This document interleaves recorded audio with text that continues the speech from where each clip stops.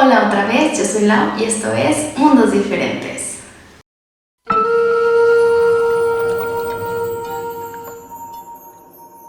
Antes de cualquier otra cosa, quiero invitarte a suscribirte y picarle al botoncito de la campanita para que cada vez que yo suba un nuevo video, tú estés enterado.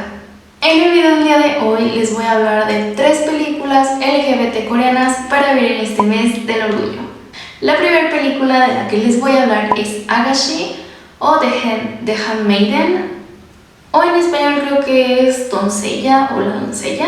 Es una película del 2016 dirigida por Park Chan-wook, de género psicológico con tintes eróticos y de suspenso, que nos remonta a la época de la colonización japonesa en Corea. La historia trata sobre Suki, una chica que es contratada como doncella por una rica japonesa llamada Hideko, pero Suki no va con las mejores intenciones, y es que va con ayuda de un estafador que se hace pasar por conde con el fin de enamorar a Hideko. ¿Y cuál es la parte LGBT de la película?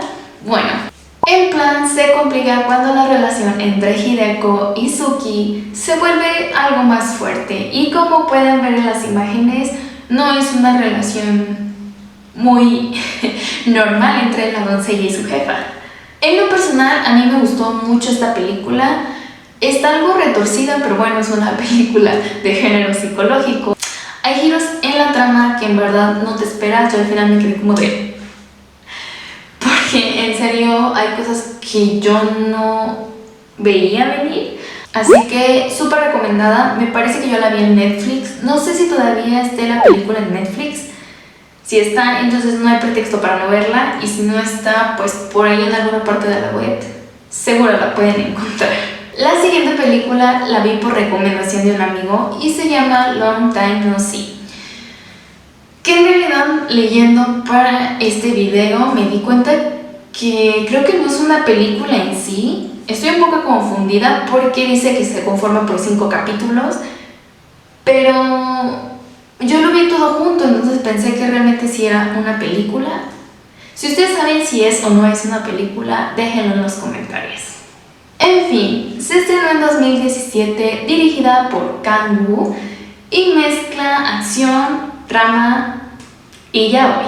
Trata sobre un asesino llamado Chisu, conocido como The Flying Dagger o Daga Voladora, que en su tiempo libre escribe una historia algo así tipo las fanfics de Wattpad, que trata sobre un asesino solitario.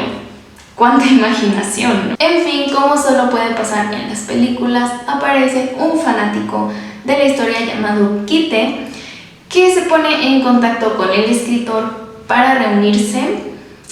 La reunión se da, digamos, de alguna forma casual, pero para que lo sepan tienen que ver la película.